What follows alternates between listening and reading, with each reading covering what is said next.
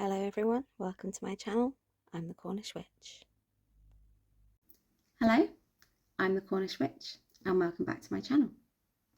Today I'm filming the book review that I've been talking about for ages. You might see things like out in the corner of the screen there, and it's just the dogs running around. You can guarantee that I'll get halfway through filming this and they'll see something outside that they've got to bark at. But never mind. So I've been talking about doing a book review for ages. I sort of put it off because I wanted to finish some of the books that I was in the middle of reading because I wanted to include them. And yeah, I just kind of, time got away from me a little bit, I think.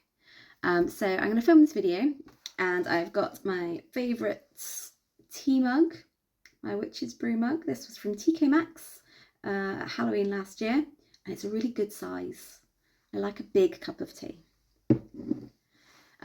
So some book review videos that you might have seen go on forever, and I love a lot of them, but I don't have that in me.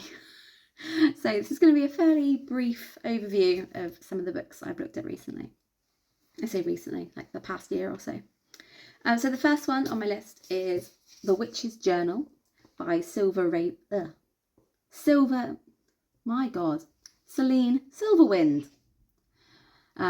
It was because I was thinking of Silver Ravenwolf, I think. So this book was first published in 2009, and I think it was kind of around about the time that witchcraft was really popular, and it was everyone can be a witch, you just need this one book and you can go and be a witch. So this is kind of one of those books. It's kind of one of those books that gives a really brief overview of things. It's got some stuff about correspondences, like very basic correspondences. So we've got some stuff about colours here,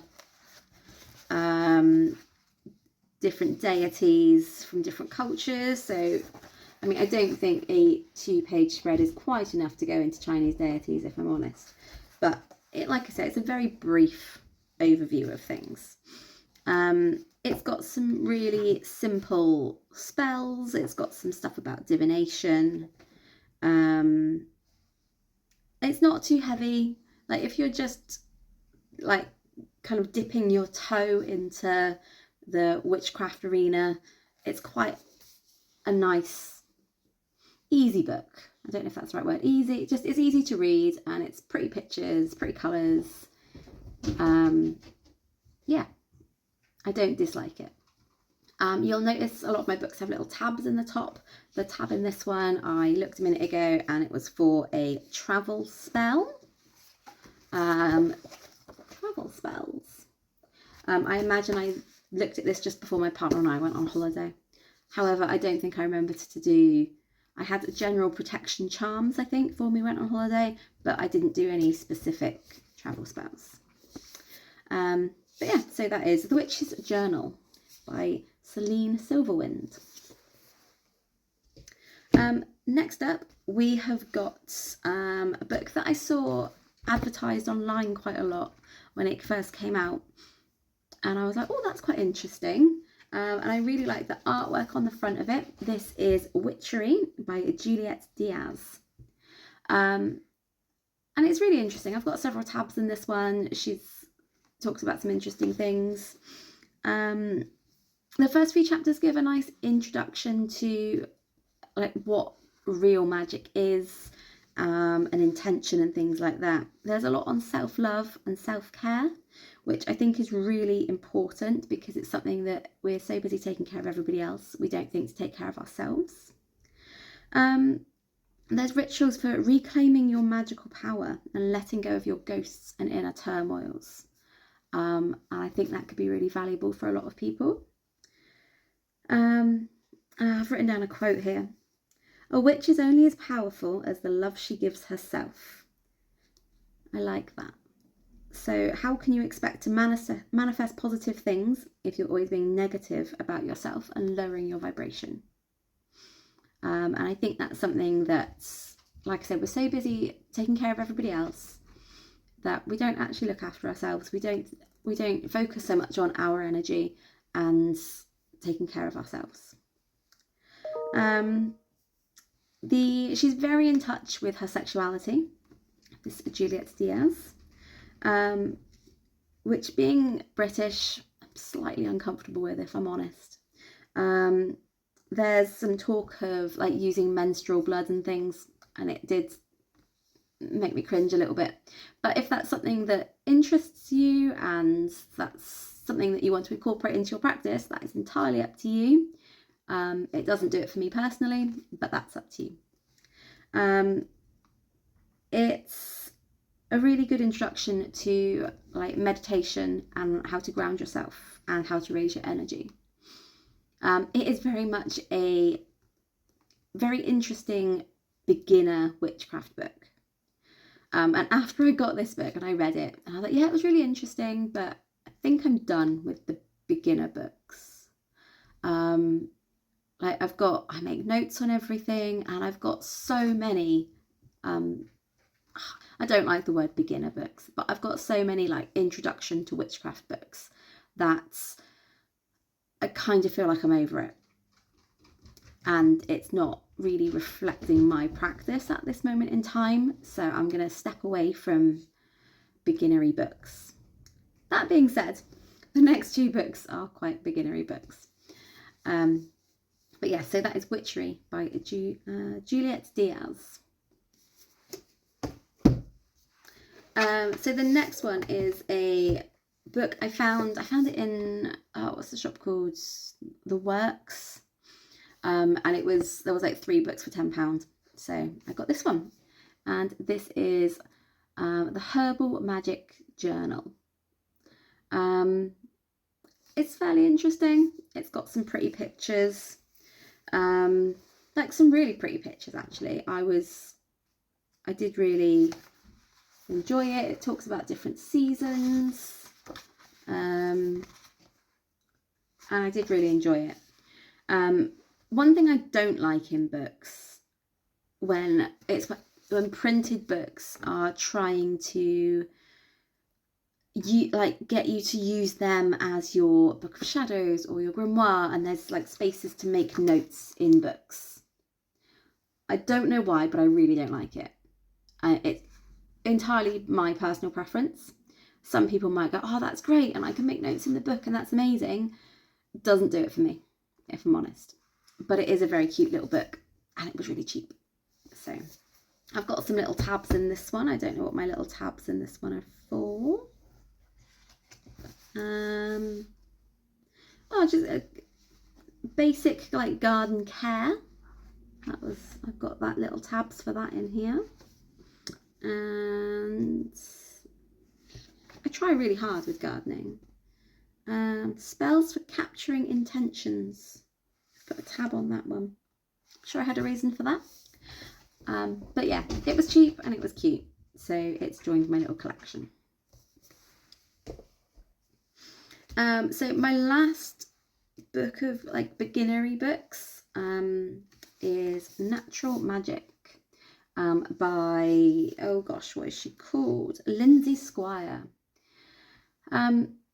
This, you might have come across her on Instagram. She is the Witch of the Forest, I believe. Yes, it says here, the Witch of the Forest. And this book is beautiful. And I saw this advertised online, on like just everywhere I went, I saw this book. And I was like, I don't really want any more beginner books, but I couldn't resist it because it is so beautiful. And so I put it on my Amazon wish list. And I don't know if this is a thing anymore, but kind of 10 years ago or so, my friends and I, we all would have our Amazon wish list up to date. And then for Christmas and birthdays, our friends would just go on our Amazon wish list and pick something off the wish list. So at least you know you're getting somebody something that they really want.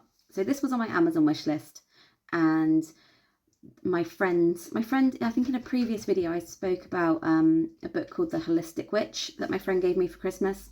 The same friend gave me that for Christmas this year, this one. And it's just beautiful. And the artwork in it is stunning.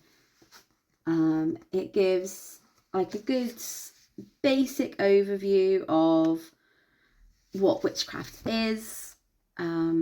and talks about like different Sabbats, and there's some spells in the back and correspondences, and I just love it. I think I pretty much read the whole thing in the bath, if I'm honest, and it's just so pretty. And the cover comes off the book, so you have, so without the cover on, the book looks like that, and the inside of the cover is there, and it's a little pendulum board. So I really liked it having like a dual purpose.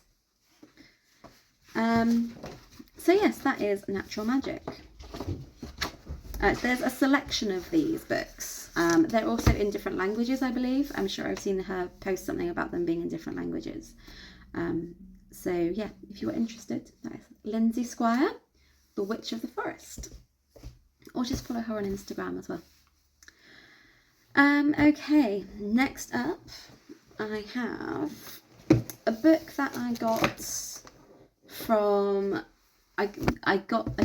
try again, Laura. I saw this in one of Hearthwitch's book reviews, and I was like, that looks really interesting. I really want that book. And then I didn't know how to find it. So somebody in the comments commented about Troy Books. And so I looked them up online, and Troy Books is a publishing company based down in Penzance. So it's fairly local to me. And they produce all of these witchcraft books and like folk witch books. And it's just amazing. I have a long list of books that I want from Troy Books. And not only do they produce these amazing books, they have different versions of the same book. So you can get like the paperback version, so that's going to be a little bit cheaper. And then you can get like the standard hardback version, which for a hardback, normally they're not that expensive. We're talking kind of around the £20 mark. And then they do like the special edition versions as well. And obviously those are more expensive. So I was really excited when I saw this book, and then I found where to buy it. So we have this beautiful hardback purple book with a little mermaid on the front, and this is Between the Realms by Cornish Myth and Magic by Cheryl Strafford. It's really interesting. It's so well written. Like a lot of books on mythology and stuff, it doesn't flow together very well, and it feels really hard work reading it, but I read this really quickly. It all flows together beautifully. It's really well referenced, like she's done her research. It's so informative on Cornish myths and legends, as things about giants and mermaids. It gives you details on lots of ritual sites in Cornwall, like the stone circles and Roach Rock. Like I really enjoyed this book, and like I said, I read it really quickly. And I have little tabinets. There's some artwork in it at different points, and it's just, I just really enjoyed it. And I am planning on finding some of the source material that was referenced in the book and having a read of that as well. So next up, you've got this cute little book. This is called Spells from the Wise Woman's Cottage by Steve Patterson. So this accompanies the Wise Woman's Cottage display at Boscastle's Museum of Witchcraft. There's a whole little section, and it's like you're peering into the kitchen, and there's this mannequin dressed as a wise woman, and all these things that would be present in the kitchen or working space of a traditional folk witch. So although the book is called Spells from the Wise Woman's Cottage, it's not really a spell book. It's got a lot of information about the museum. There's a whole section about the museum. And then there's some like old-fashioned charms, things like that. A lot of them aren't very practical for modern day, but it's really interesting to see what people would have done. And it gives a bit of an insight into the lives of traditional West Country witches. So I did really enjoy it. Again, it's only a tiny little book, this one, and I did get the hardback version just so it looks nice on the shelf. And yeah, so it was just a quick read, but I did really enjoy it. Okay, next I have got